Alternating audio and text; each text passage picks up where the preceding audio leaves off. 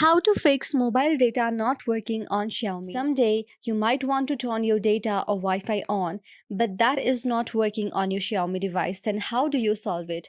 To do that, you can follow these steps. Go on the notification bar. When you scroll there, you can see there is a gear option available. When you tap on this, a new interface will be shown on your screen. Among these options, you can tap on the SIM card and mobile network option.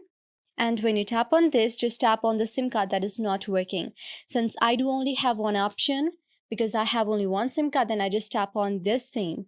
And after that, again, new options will be seen on your screen. Just tap on access point names. And after that, just tap on new APN. Go on the name and type any name that you wanna.